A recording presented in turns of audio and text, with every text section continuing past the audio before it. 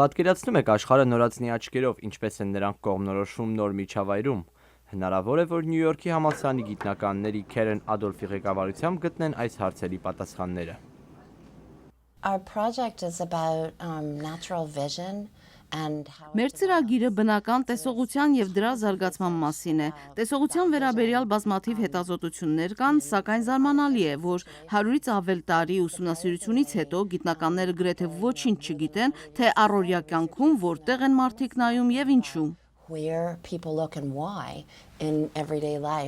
8.5 ամսական Ֆինը ծրագրի մասնակիցներից է։ Նրան համոզել են կրել աչքի շարժումից հետևող գլխարկ, որն ունի երկու խցիկ։ Մեկը նայում է տեսարանին, հասկանալու համար երեխայի ընկալումը, մյուսը նայում է աչքին, հետևելու համար մարդկանց շարժումները։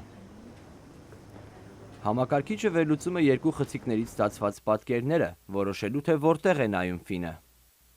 Գլխարկը կշռում է 45.4 գրամ։ Տասնամյակից ավելի է, ինչ նյույորքյան Positive Science ընկերությունն արտադրում է աչքի շարժմանը հետևող սարքեր։ Ընկերության հիմնադիր Ջեյսոն Բեբքոքին վերջապես հաջողվել է արտադրել նորածինների համար ավելի փոքր և ավելի թեթև սարք։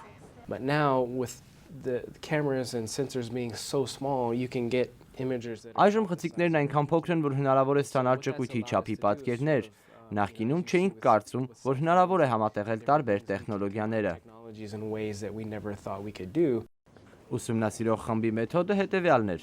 Նախ հետևում էին երեխայի տեսողությանը, երբ նա ազատ քայլում էր և խաղում։ Գիտնականների բացահայտումը կատարյալ անակնկալ էր։ Մենք ակնկալում էինք, որ երեխան մշտապես մորն է նայելու, քանի որ նորածինների սոցիալական ճանաչողության ոլորտում դա ընդունված գիտելիք էր։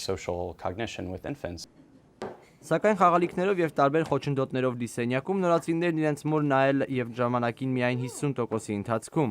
ընդ որում իրենց մորը նայելու ժամանակ դեմքին նայել են միայն ժամանակի 15%-ի չափով։ Եթե նորածիններն այնքան հաճախ չեն նայում իրենց մորը, որքան կարծում էինք, ապա դա փոխում է մեր կարծիքն այն մասին, թե նորածիններն ինչպես են ճանաչում աշխարհն այլ մարդկանց միջոցով։ Ի տարբերություն մոր հայացքին հազվադեպ նայելուն, նորածինները գրեթե միշտ ուղղակիորեն նայել են առարկային, երբ փորձել են հասնել դրան։ Մեկ այլ հետաքրքիր փաստ է այն, որ չնայած ժամանակի 75%-ը նորածիններն ուղիղ նայել են խոչընդոտին, մինչև դրա վրայով անցնելը դա միշտ չէ պարտադիր։ Նորածինները կարողանում են օգտագործել իրենց ծայրամասային տեսողության տեղեկատվությունը և քայլել հանգիստ։ Չնայած գիտնականները դեռ շարունակում են մշակել մեթոդներ ավելի շատ հիմնական ուսումնասիրություն կատարելու համար, նրանք կարծում են, որ այս տեխնոլոգիան կարող է օգտագործել բազմաթիվ նպատակներով։ Ի վերջո, ավելի շատ հետազոտական հնարավորություններ կօգնեն զարգացման խանգարումներ ունեցող նորածիններին, բժշկական հետազոտություններին և կիրառական հետազոտություններին։ Այս գիտնականները դեռ նոր են սկսել հետազոտել, թե ինչպես են երեխաները կողմնորոշվում միջավայրում։ Ենթադրվում է, որ ապագա հետազոտությունները կօգնեն բժիշկներին աուտիզմ կամ շարժական դժվարություններ ունեցող երեխաներին բուժելու հարցում։ Ամերիկայի ձայն հեռուստահանդես։